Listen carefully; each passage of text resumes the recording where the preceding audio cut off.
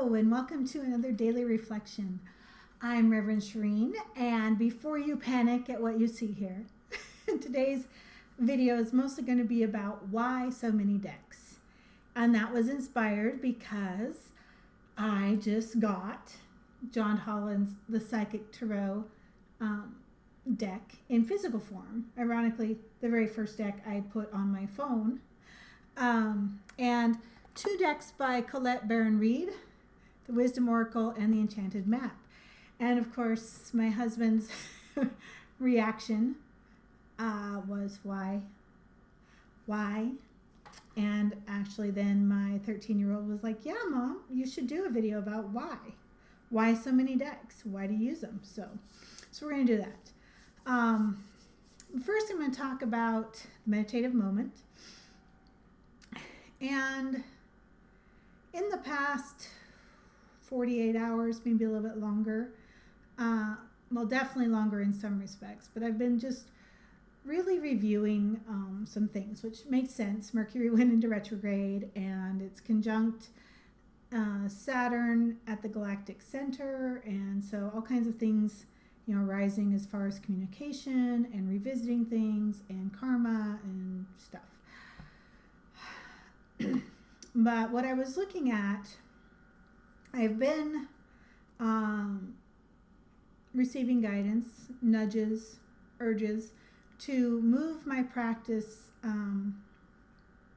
from a per service, per hour, fee-based services to donation-only based. And it really lit up a conflict in me, because part of my own path has been owning, developing, improving my skills so that I could offer them professionally, and as such be supported by them at the same, kind of level that many psychics are. Certainly not to the level that psychics who've been doing it, publicly and professionally for 40 years, and, they raise their prices as a way of kind of reducing the client pool that wants their attention, to reduce the demand energy, and I get that. But what I was looking at was the other side of that coin, between validation from money and being supported by it, to still being supported by it, still being supported through my skills and my talents by all of you, but on a donation basis, so that somebody who, having an extra $20, $30 may be a huge accomplishment. They may work really hard and have their bills and the rent, and to have that is huge. And for other people that have a different lifestyle, different things, $150 is nothing. So to be supported and to own that from a space of integrity within myself and at a level that makes sense to whoever comes and sees me. It also gives me more flexibility to, work with a client through a session to a point of completion. And sometimes that's very short, 15 minutes. Sometimes that's long. Sometimes it takes 2 hours and 45 minutes in a healing session or even a reading session to really get through the trauma or the question or the situation. And it will make it more difficult for me to draw it to a close. I can't just say, oh, your hour's up. Is there anything else you wanted to cover? You got 10 minutes. That kind of thing. It will have to go with a flow. But everything looks like it's working out. But what I was really looking at in meditation, got a little distracted there, was authority. And when I was looking at that for myself, I realized that in many areas of my life, I've cleared the authority pictures, meaning that I follow my inner guidance. It is my authority in every situation. Now, certainly I follow the laws because I have an agreement to live in this country and to abide by them. And those kind. But it's when it comes to authority, why I do things, I do things for my physical body based on what it tells me it needs. I do things for my business based on my internal voice, my connection to my higher self and to God. Same way when I drew a card for it this morning. Oh shoot, I buried it in the deck. Because I'm really good at that right after it. Anyway, I drew the Rebel card, and it's on the Facebook post, and I'll put a picture of it somewhere someday when I find it again.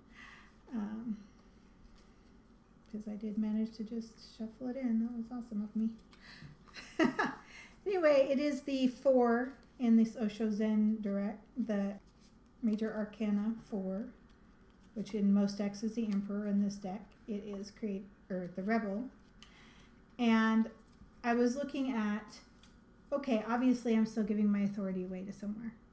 Where do I give up my authority? Where do I let something else dedicate the rules? And I found that it was an aspect of what I call the validation monster, which means looking to something outside of myself for validation, for authority for that. And I found it was money, that I allowed whether I was making money or not making money to dictate how I was feeling about myself, what I was going to do, instead of tuning in.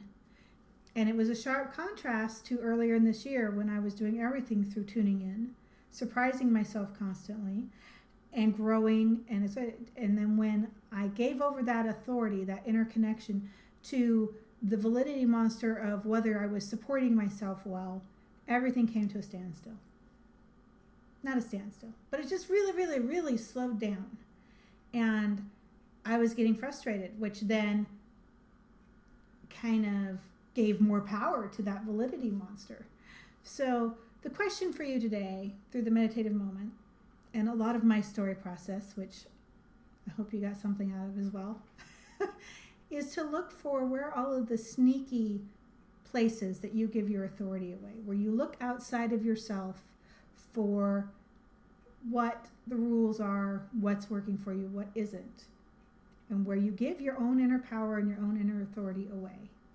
And to be the rebel, as this deck points out, be the rebel and break that chain of authority and become your own again.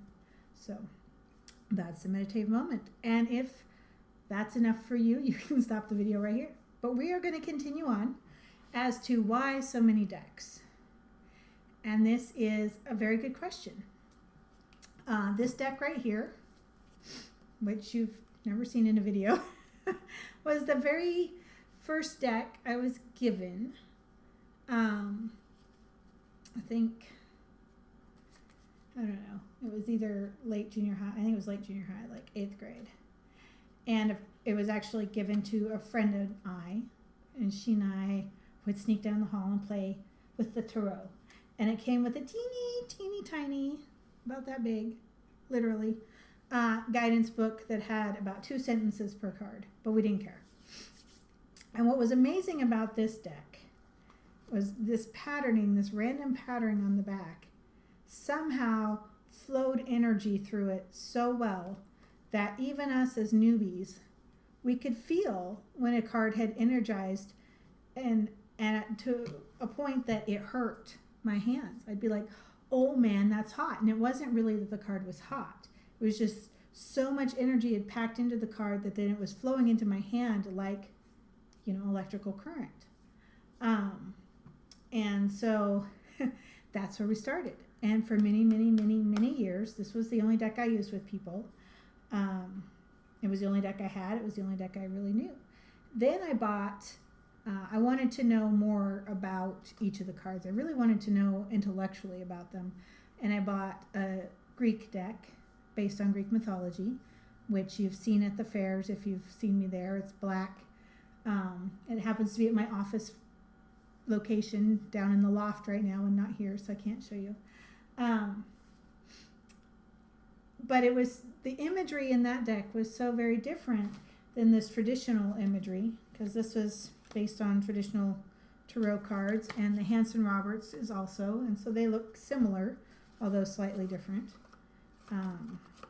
See if I can find the King of Rods for you in both of those. Okay, so you can see the similarities in the King of Rods in these traditional Rider-Waite based tarot decks. You can also see very differences in the way Mary Hanson-Roberts has illustrated it versus, and I have no clue who did this deck because we took it out of the box, we threw the box away 30 years ago. But you can also see the similarities, the way the king is facing, the way he's holding the rod, the animal imagery, and this one is the hawk, and this one is the lion, which I find a little bit interesting. Anyway, you can see the similarities.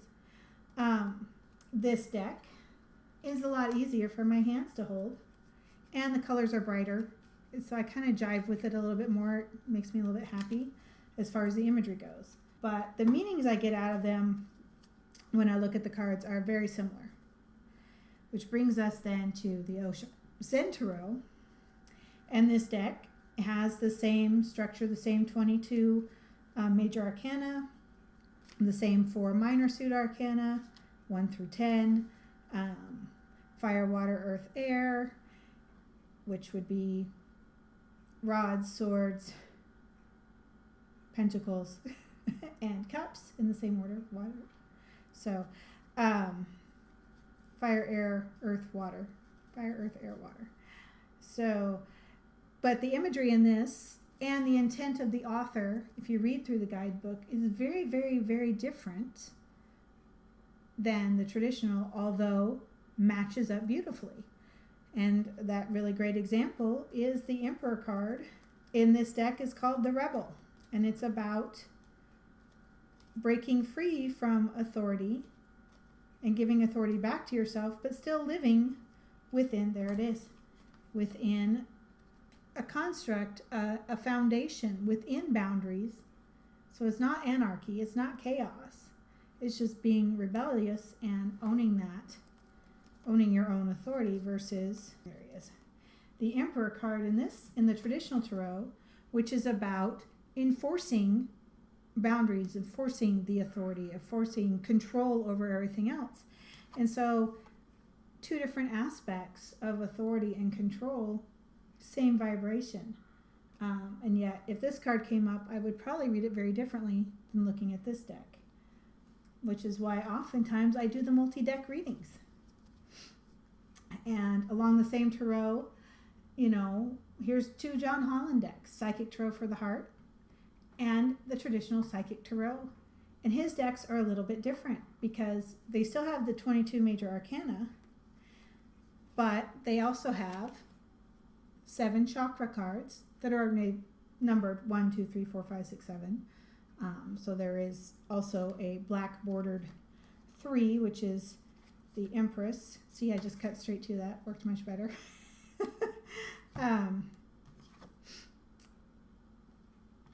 And the Empress in this deck is Nurture. And in his Psychic Tarot deck, the 3 is much more like the traditional tarot of the Empress, Fertility. So again, aspects of the numerical vibration, the imagery, the things that existed in the traditional tarot, but different.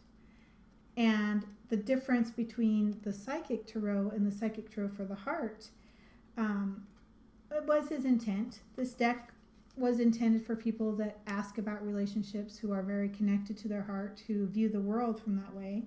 And in some ways, the cards are a little softer, where the cards in his traditional one are a bit more edgier, or at least they smack me up on the side. So I use the Psychic Tarot, his regular deck, the purple deck, when I kind of need a kick in the pants for myself. That's why it's on my phone, because it doesn't sugarcoat. If things are going well, it'll show it. If things need some adjustment, it'll show me. But here, the 13, the Death card in In the green deck is release, reminding us that everything has to be let go of so there's room for more. And in the purple deck, it is transformation, reminding us the true meaning of the death card, which is death, rebirth, cycling, and that you're always growing, that there is no end. It's just transition. It's just transformation. Death is not real. There's a lot of people that get terrified when the death card shows up because they think, oh, it means somebody's going to die. And no, it just means an aspect of your life needs to die.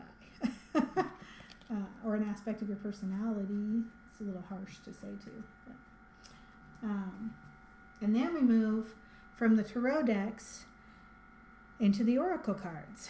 And, you know, I am a fan of Doreen Virtue's oracle cards. They are all different. I have many of her decks. Like the angel therapy cards, you know, if you cut into it, well, she has chakras in the angel therapy one. But there's, you know, just different words. Release, law of attraction, heal away addictions. You know, you've seen some of these in the reading. The indigo. And then she created a whole deck for people like me who are indigos that help us understand ourselves better. You can play all day long with this if you're an indigo and find different aspects. You can play with it and pull the same cards again and find a different aspect within those cards because they're made for you. You know, they've got words like trust. Trust yourself, trust the world, trust the patterns. You are special, even though you get judged harshly a lot because you're always being the rebel and breaking the mold, choosing your own authority. And you get judged for that a lot. You are unique and needed. You know, the goddess guidance. I was raised Christian. I am a psychic Christian. I resonate highly with the male God imagery, but it isn't everything I look to. And there's a lot in the goddess vibration, you know, my own femininity, the female vibration, the female take, the hierarchies, the archetypes, that exist, you know, and so being able to look at the aspects of the divine feminine through these cards really helped me. You know, Mott, fairness. This could be labeled justice and have a man with a sword and the balancing scales, but, you know, this is Mott. She's a female goddess in the Egyptian myth that deals with balancing the scales. You are weighed against the scales. And then these two new decks from Colette Baron-Reid, which I haven't played with yet, but I do know that this Enchanted Map deck, this will be what we'll be using tomorrow, Wednesday, with the new reading, the Wide Open Wednesday moon cycle-based reading, as well as cards, and we'll be doing a card for each of the 3 phases that will be present each week. And, you know, they have things like Deep Freeze, which has no basis in the tarot, has no, you know, it brings up totally different imagery. So why different decks? Because they bring a different energy. Clean it up. Probably talking about my living room. Get to it. They bring different energies, which is why if you see me at a fair, I have usually on the table 10 to 12 decks, and generally in a box a couple more. Just because when I get set for it, I have an idea energy-wise who's going to sit down at my table, but I never know for certain which one of these flavors is going to speak to them. So that's why so many decks. That's probably why you'll see even more. There are a couple decks that I own just for myself that I don't read. I share with you guys. One of them is the Crystal Mandala. And I have an animal totems deck that I consider doing some readings, and I may in the future, but it's another deck where for me, I look at the energy card, but I get so much out of reading the guidebook that it would be difficult to share that with you in this. So there are some that I use just for myself that I don't use in practice with people. So currently, I think I am at 15, 16, 17, 18, 19, 20. about 30 decks that I own. And my husband will probably, again, ask why, if in the future I buy another one. And who knows if I will or not. But there it is. That's why so many decks. That's why it changes depending on the vibration of the day, what feels right. So you'll see a variety of them in the readings. Okay, there's your answer. Take care, be blessed. I hope you're inspired to find something that works for you, and that you enjoy the variety that we bring in our work together here. Take care, be blessed. We'll see you tomorrow for the Wide Open Wednesday.